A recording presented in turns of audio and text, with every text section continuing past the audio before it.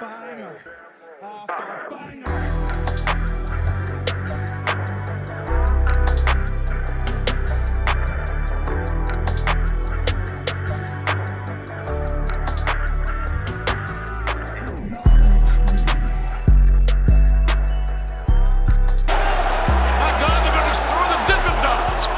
What's going on, guys? It's your boy Big Hero Kris back at you with another one. If you're new to the channel, go ahead and subscribe, give me a thumbs up, ring the notification bell, hit me up on Twitter, TikTok, the community post. You already know the vibes, man.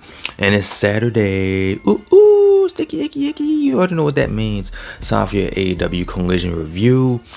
And it's a time for celebration, man. Another successful title retention from our TNT champion, the greatest TNT champion of all time, the Fighter of the Year, Christian Cage. For whatever reason, people keep saying and knew like he wasn't already the TNT champion, whatever. But it was indeed a triple threat match between Darby Allin, Luchasaurus, and the TNT champion Christian Cage. And this was interesting. It was dope. You had Pocket Sand, you had Betrayal, you had Luchasaurus finally touching the title. You know, the title that for some reason people say is his or was his in this case. But you know, Luchasaurus' eyes were a little bit bigger than his stomach. He got a little bit too caught up in the hype and all the lore and all the power of being TNT champion, and it got him distracted. This caused Christian Cage to ultimately get the win and become the new, and still TNT champion, you know what I mean? And it wasn't even a point where I was thinking, is Luchasaurus about to turn on Christian? That wasn't the case. Christian celebrated like he just won the Stanley Cup, the NBA playoffs, the Super Bowl at the same time. Like, this man was just going crazy. His turtleneck was popping, and this is an overall good match.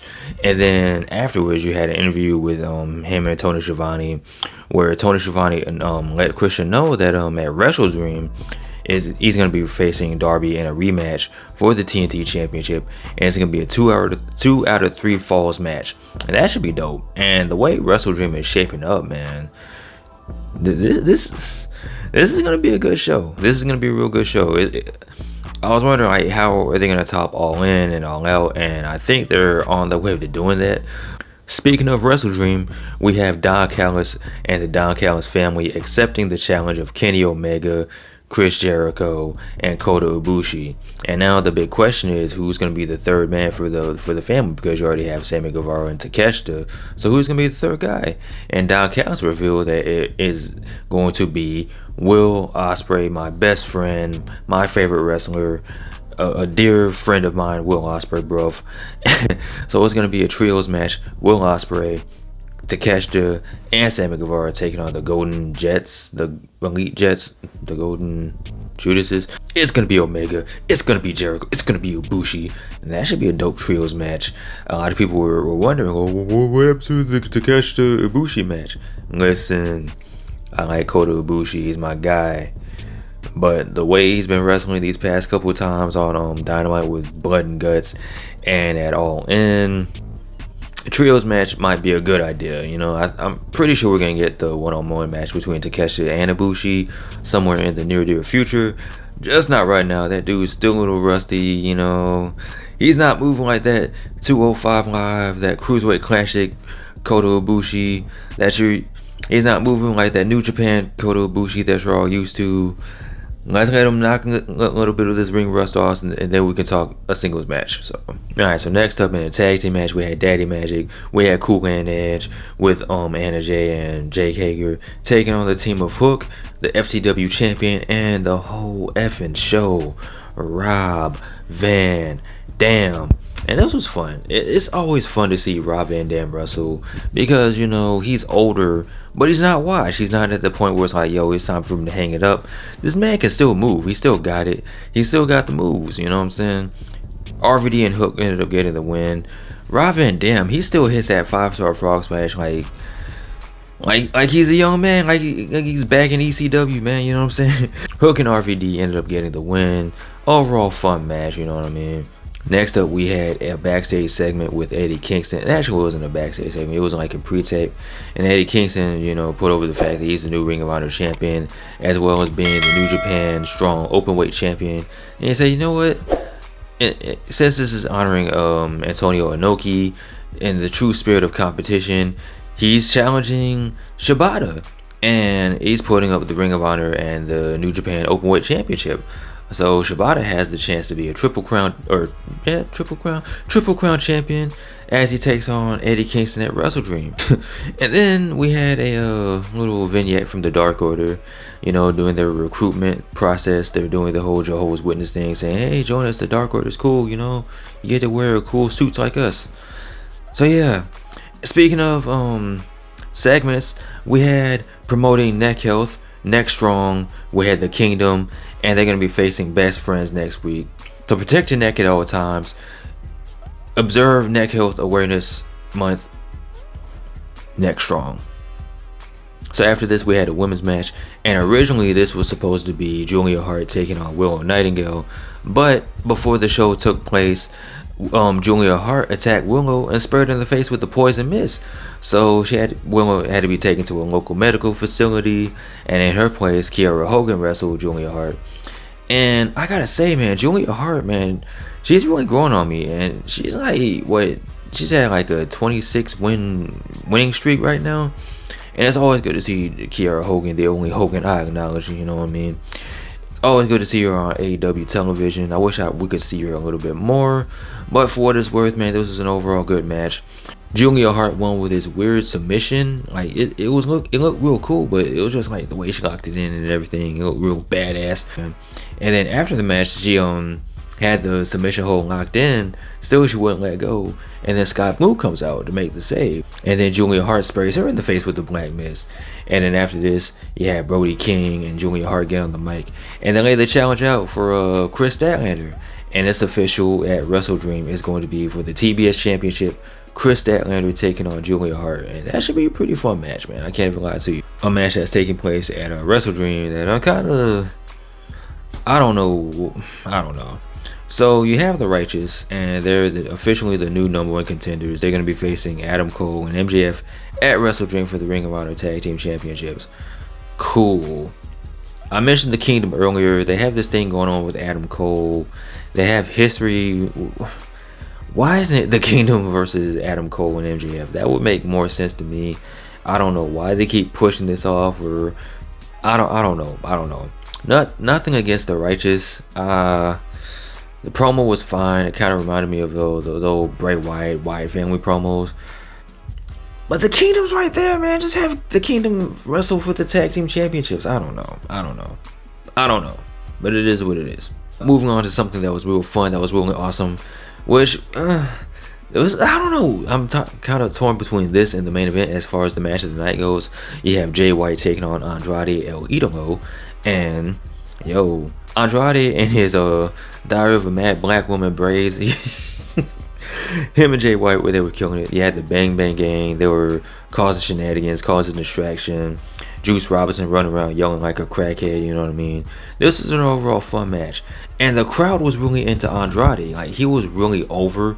They were chanting Andrade. They were chanting El Idolo. And it was really cool, man. I'm happy for Andrade. I really like him. Dude's talented, man. Hope he gets more of a big push.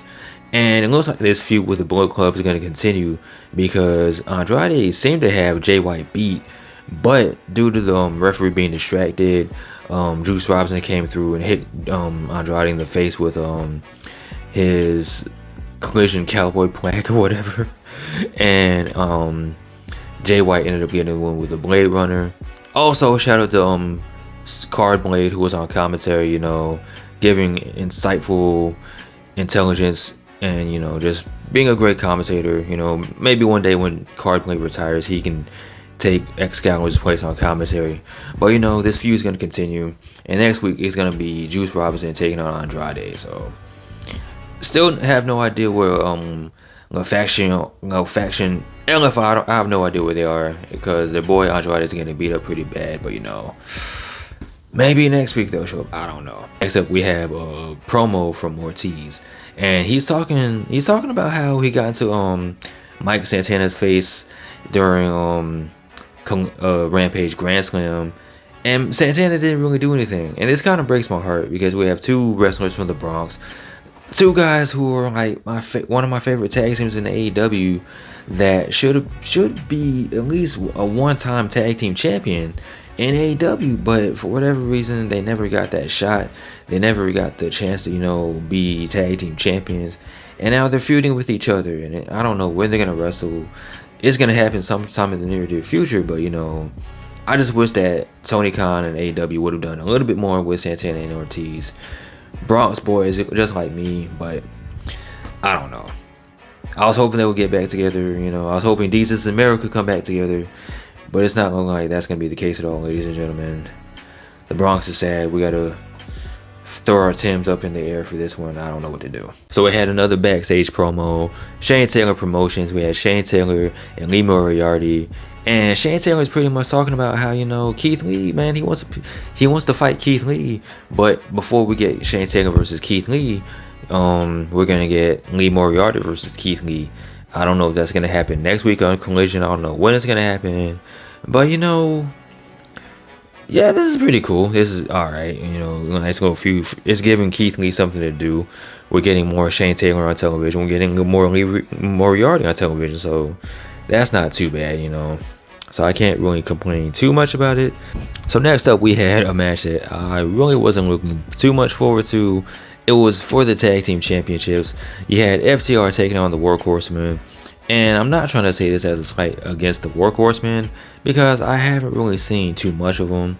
But from what I saw in this match, I was like, okay, I see what the hype is. I see why people were so excited for this match. And the match didn't go on too long. You had Ozzy open on commentary as well. And like I said, the match didn't go on too long, but the Workhorsemen did show up and they showed out. There was even one spot where I don't even know the guy's name. I think JD Drake is his name, the bigger guy. He had this moonsault on I believe Cash. And I'm like, what's the deal with these big dudes hitting these moonsaults? You had Ivar hitting a moonsault on Kofi on Monday on Raw. Yeah, JD Drake busting it out. I'm like, yo, all right, I see y'all. FTR won to the surprise of nobody. And then after the match, you had Ozzy Open and get in their face. And they're pretty much saying, like, look, man, at Wrestle Dream, it's going to be on and popping. We're going to prove that while Ozzy Open is the best tag team in the world. And then you had FTR saying, nah, we're going to prove why we're the best tag team in the world. And you had Dax on his hands and knees, looking like a little punk, crying, saying, please bring the best tag team in the world. Because if you're not, you just might as well stay home. So, FTR, Ozzy Open for the tag team championships at Wrestle Dream. We had another backstage segment. This time it's from Hot Flexible Wife, CJ Perry. She's talking, and Miro shows up out of nowhere.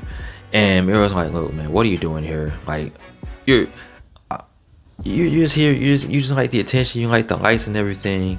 And CJ Perry's like, listen, I'm gonna do my thing and you do your thing. And I'm assuming that CJ Perry is gonna be like a manager. I don't know, like she's gonna get some clientele. She's gonna start managing people. And CJ was like, listen, I'm gonna do this. I just need you not to beat up my clients. And Miro walks away. So I'm like, okay, so CJ Perry's gonna be a manager, and I'm assuming Miro is gonna be jealous and go against CJ Perry's wishes and beat up her clientele. I don't know, but it is interesting to see where this goes. So now it's time for the main event. We have Bryan Danielson, we have Absolute Ricky Starks, we have a Texas Death Match, and this was violent and bloody and crazy and awesome. And like I said, man, I was torn between which one was the match of the night, between this and that Andrade Jay White match. I was torn, but this Texas Death match, it was lit, man. Yeah, Ricky Stark showing a little more vicious side to him. Bryan Danielson doing his thing, and the whole time I'm praying, I'm like, please don't get injured, because I want to see this man wrestle with Zack Sabre Jr. next week at Wrestle Dream. And I don't think he got injured. He got hurt. He got banged up. He got bloodied. Ricky Starks busted this man open. He hit him with a ring bell during picture-in-picture. You had Ricky Starks bleeding. They were choking each other out with chains. And the way the match ended was Bryan Danielson wrapped a chain around his knee and hit Ricky Starks with the bicycle knee and knocked him out. Knocked him out for the 10 count. Bryan Danielson won. And like I said, man, this match was awesome. He had blood and violence. And I don't know, John Moxley was somewhere, pumping his fists and raising the roof or whatever. Shout out John Moxley. I hope you feel better with your concussion, buddy. So yeah, man. Overall, Collision was a fun show. I know a lot of people were concerned as far as what Collision is going to look like as far as the future goes post CM Punk. And from what I'm seeing so far, Collision, it looks alright. It's staying the course. It's still a fun wrestling show. I have no problems with it. It gets the honorary W. But man, go ahead and let me know what you guys thought about this week's episode of Collision in the comment section below. Are you excited for Wrestle Dream next week? Yeah. Like, comment, subscribe. You guys take care. Peace. I'm out. Peace.